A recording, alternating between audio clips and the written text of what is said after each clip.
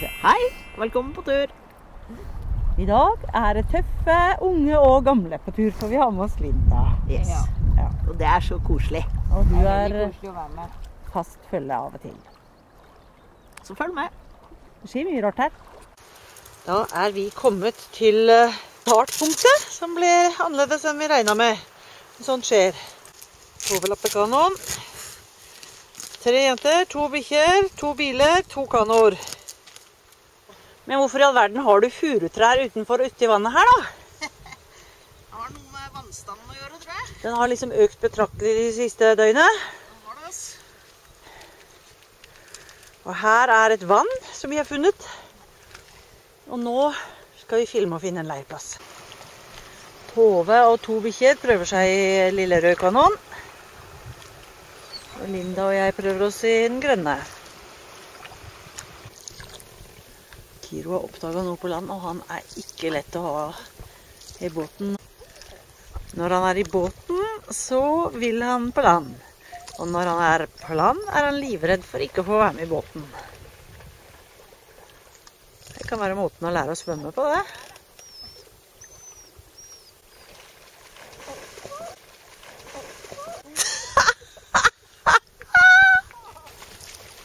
Altså, så fornøyd. Han er helt konge, vet du. Han klarer alt han vil.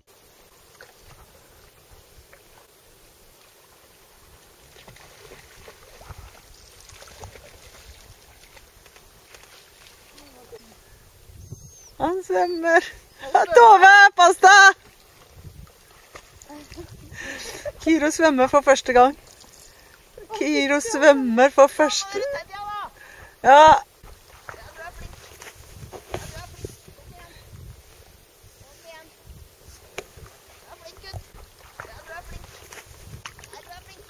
Så må vi ta med bakre troppen her. Kommer du til det? Se, hopp! Sånn!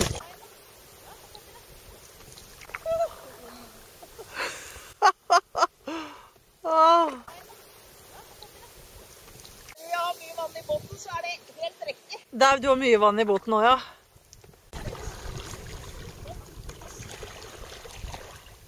Det er helt sprøtt. Her er jo umulig å ha med seg Kiro i båt. Tove er klissvåt, båten er klissvåt. Og jeg lar Linda padle alene, stakkar, så hun blir en god solopadler etter hvert, for jeg prøver å filme. Og når de passerte oss her, så ville jo Kiro hoppe fra rød båt til grønn båt, da. Det er best å holde litt avstand. Se om dette er en øy. Vi skal se om dette er en øy. Om den kanskje er fin på denne siden. Ja. Så har vi noen partier der, men jeg vet ikke om det henger sammen. Nei. Det har den nok gjort før. Ja. Men du bør... Ja, akkurat. Han er spennende gæren, ass. Jeg har tenkt å sette han i land der, så kan han svømme resten. Ja, det var lurt. Jeg skjønner.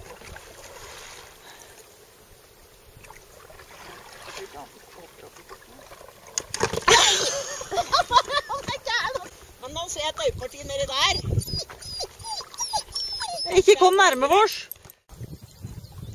Da har vi funnet en øy. Kiro var helt gal til slutt, altså.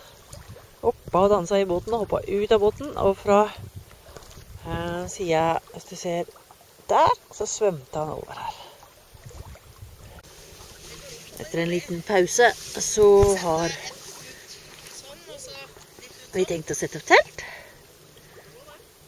Linda og Tove har inspisert øya og funnet noen steder hvor det ikke er så mye humpeldumpel. Ellers er det mye lyng og humpeldumper her. Det er godt å få pustene. Vi padler ikke mer i dag, vi. Her er teltene satt opp, og et lite enmannstelt står med her. Og her har vi tremannsteltet som skal huse to villmarkinger og 2 øsker. Tove har fått opp teltet. Da kommer neste post på programmet. Det er å klargjøre fiskesnørene. Her på andre kastet, vet du, så har Tove fisk på.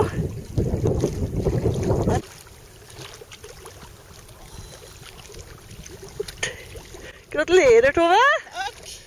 Fisk på andre kastet. Det er fisk på den. blei kjøttpåse og fisk på hu.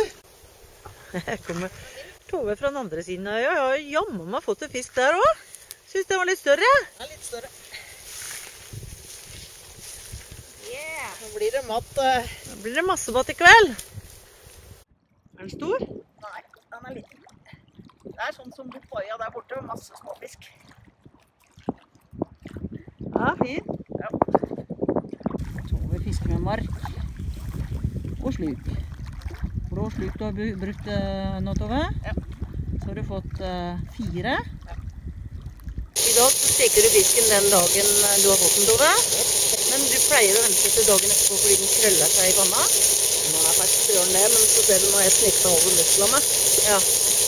Da klarer de ikke å krølle seg sammen. Vi hører gjøken.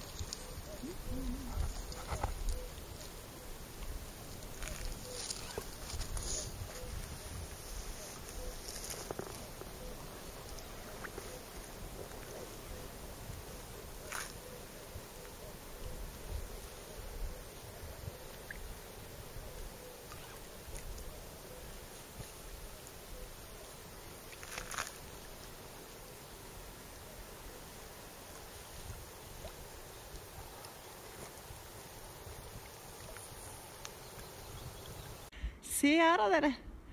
Nå er det snart midtsommer. Tove fisker i solnedgangen. Jeg har fått 5 ørret i dag, da. Du har fått 5? Ja. Så i dag har en god fiskedag. Og nå går vi snart til ro her. Det er vakkert. Der fikk jammen Tove en fisk. Det er et godt stykke under leiren. Akkurat når jeg filmet. Så fikk jeg fisk. Det tror jeg blir frokost i morgen.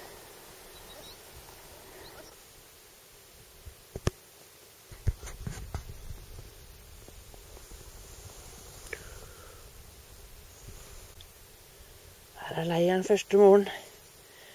Det har regnet litt, og det er tåke. Så vi tar det pent og rolig. Skal vi gå bort og se om det er noen våkne i leiren der. Er det noen våkne i leiren? Ja, det er bare så vidt, gitt. Det er bare så vidt, ja. God morgen, Tove. God morgen. I dag gidder vi ikke våkne fort. Deilig å sove. Ja. Er naboteltet her da? Er det noen våkne der, eller? Ja. Ja. Men du har det fint innomhus. Da utsatte Tove frokosten til fordel for fisking. For det som skulle være lurt. Det vaker og vaker og vaker. Det er vakkert, altså. Massevis av små øyer. Der borte sitter det 2 damer og koser seg med morgenkaffen.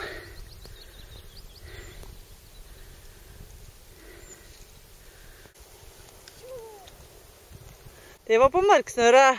Yes. Nei, ligg unna. Nå er det matfisk, altså. Den største vi har fått til nå, i hvert fall. Ja. Åh, Den er sterk. stor og sterk. Da skal Kaja bade med sine fine kajakksko. Det er første gang jeg bruker sko når jeg bader. Ja, sånn er det når man blir gammel. Ja, vi fikk et tips av noen av dere som ser på, faktisk. Sol over 50. Sol over 50, fordi at en gang i fjor så datt Tove. Jeg gjorde Det. Kom da. Du svømte i går. Ja, du svømte i går, kamerat. Har du noe å si til kamera? Det er godt å bade. Og det var lurt med sko.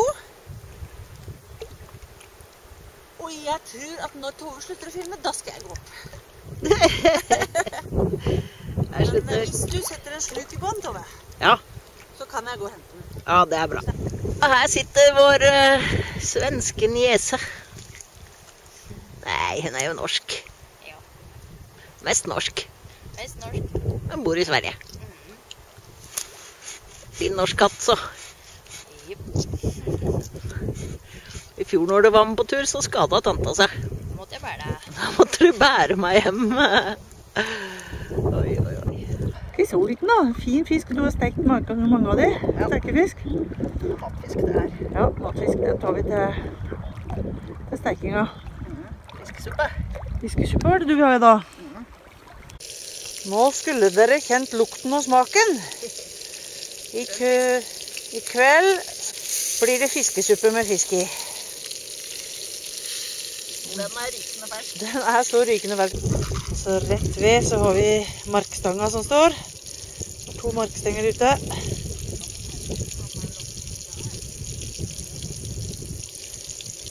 De må jo stadig sjekkes da. Tove er god på sjekkings. Er det fisk? Ja, det er fisk. Da kan den jo gå rett i panna den da.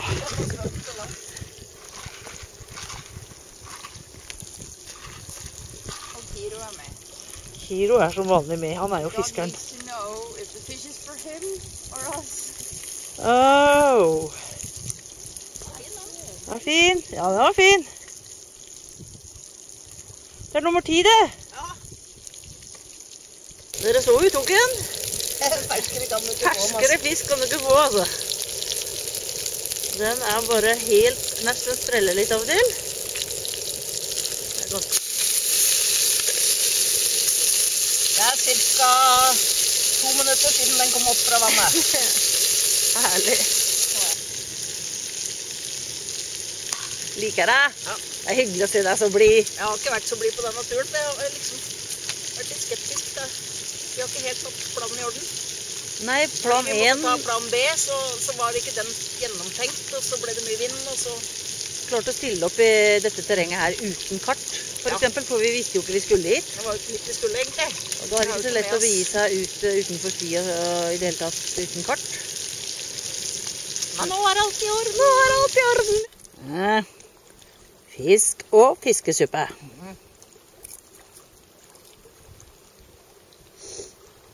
Koser deg. Nå spiser rett av panna.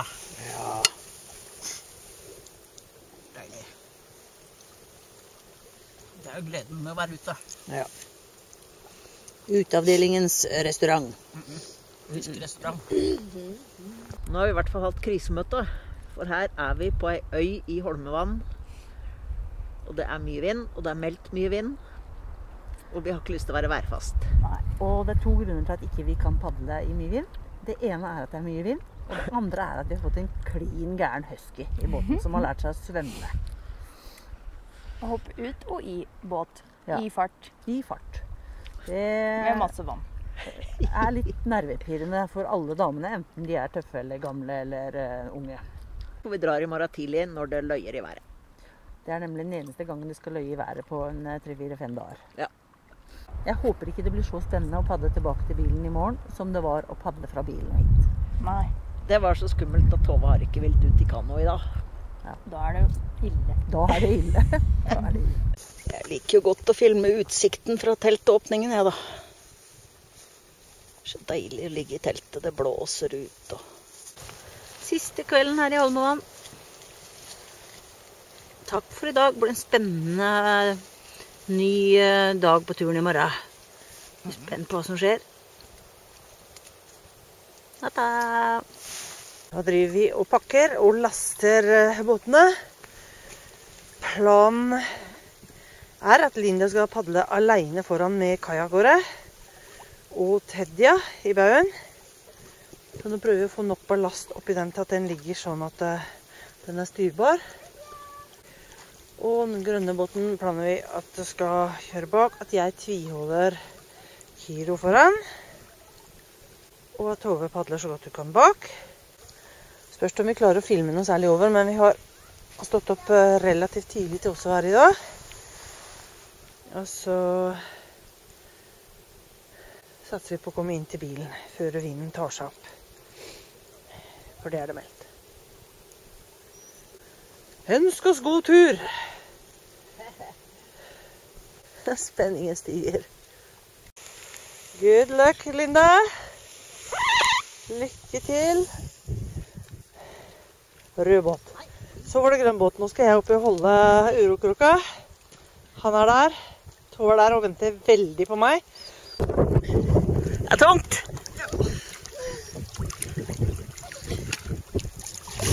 Det går gørbra det her.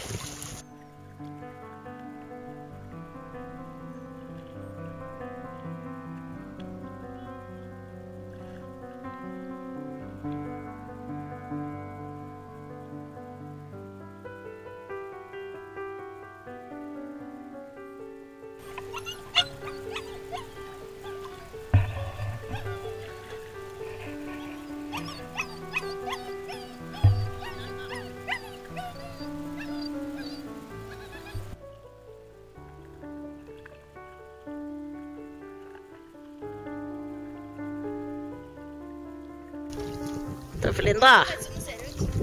Nei.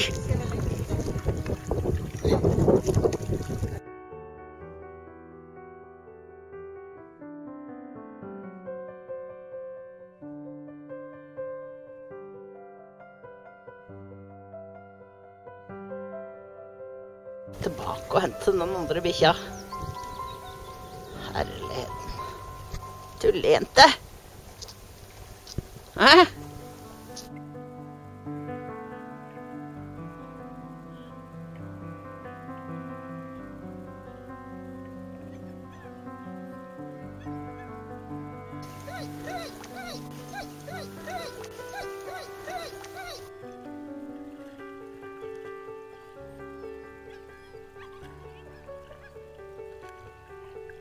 Godt jobba. Ja, fytti. Det har gått ikke blåste mer, altså. Ja. Det har gått ikke blåste mer. Da sier vi takk for turen. Det var en slitsom hjemkomst, og det gått ikke blåste mer. Ja. Og nå har vi altså padlet. Det endte med at vi måtte slepe den ene båten. Jeg måtte for å holde oss sammen. Ja, vi padlet forbi. Jeg må bare si det. Vi padlet forbi et ørneredde.